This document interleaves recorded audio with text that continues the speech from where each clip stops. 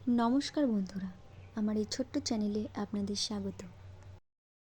আজ আমি আপনাদের সাথে শেয়ার করতে চলেছি সয়াবিন ও আলুর একটি নতুন রেসিপি। তো রেসিপিটি যদি আপনাদের ভালো লাগে, আপনারা অবশ্যই বাড়িতে ট্রাই করে দেখবেন। তো চলুন দেখে নেওয়া যাক আজকের রেসিপিটি। প্রথমে সয়াবিনগুলোকে গরম জলে ভালো করে ভিজিয়ে তারপর তুলে নিয়ে এভাবে জল চিপটে বের করে নিতে হবে। তারপর আমি এর মধ্যে দিয়ে দেবো বেসন, লবণ, হলুদ গুঁড়ো, শুকনো লঙ্কা গুঁড়ো, ভালো করে মিক্সড করে নিতে হবে। এরপর কড়াই গরম হলে এতে সর্ষের তেল দিয়ে আলুগুলোকে ভেজে নেব।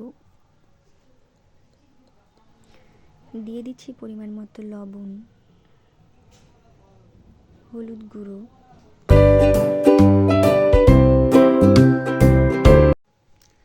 এভাবে কিছুক্ষণ নেড়ে চেড়ে আলুগুলো ভেজে নেব। ভাজা হয়ে গেছে, নামিয়ে নিলাম। ওই তেলের মধ্যে এবার পেঁয়াজগুলোকে ভেজে নেব।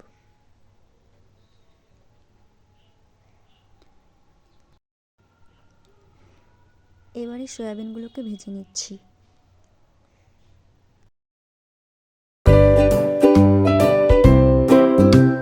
সয়াবিনগুলো ভাজা হয়ে গেছে, এবারে আমি নামিয়ে নেব।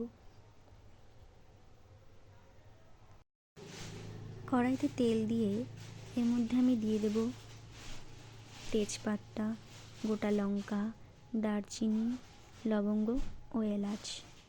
কিছুক্ষণ নেড়ে নেব।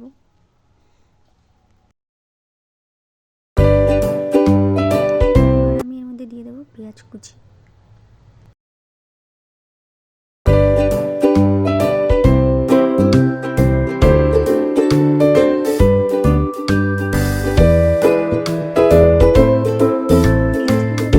করে ভেজে নিয়ে এর মধ্যে আমি দিয়ে দেবো আদা রসুন পেস্ট,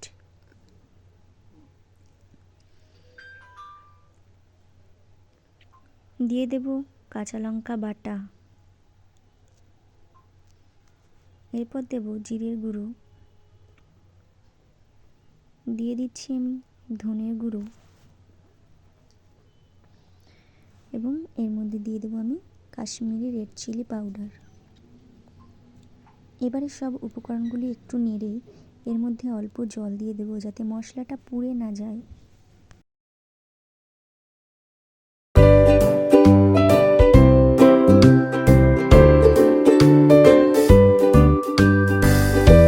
এবার আমি এর মধ্যে দিয়ে দেবো টমেটো কুচি,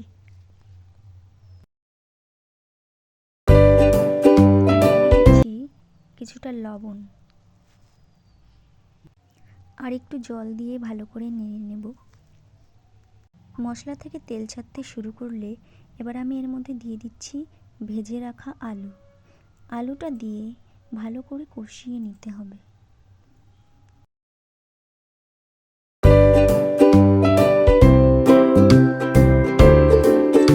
আলুটা কষানো হয়ে গেলে এবার আমি এর মধ্যে দিয়ে দেবো ভেজে রাখা সয়াবিন। সয়াবিন দিয়েও এভাবে কিছুক্ষণ নেড়ে নিতে হবে।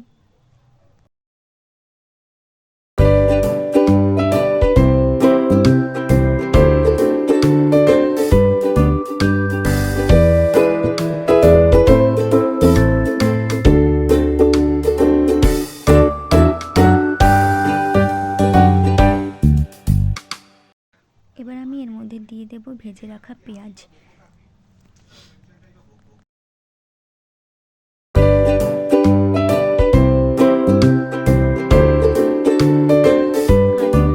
ভালো করে কষানো হয়ে গেলে এর মধ্যে দিয়ে দেব অল্প পরিমাণ জল, কারণ আমি তরকারিটা কষা কষা করব, সেজন্য জলের পরিমাণ কিছুটা কম দিতে হবে। এরপর মিডিয়াম আঁচে 5 মিনিটের জন্য ঢেকে দিলাম। 5 মিনিট পর ঢাকনা খুলে নিলাম।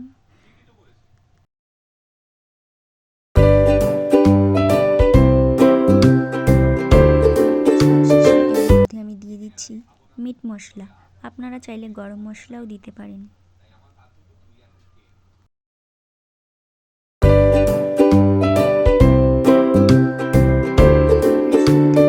হয়ে গেছে, এবার আমি এটাকে নামিয়ে নেব।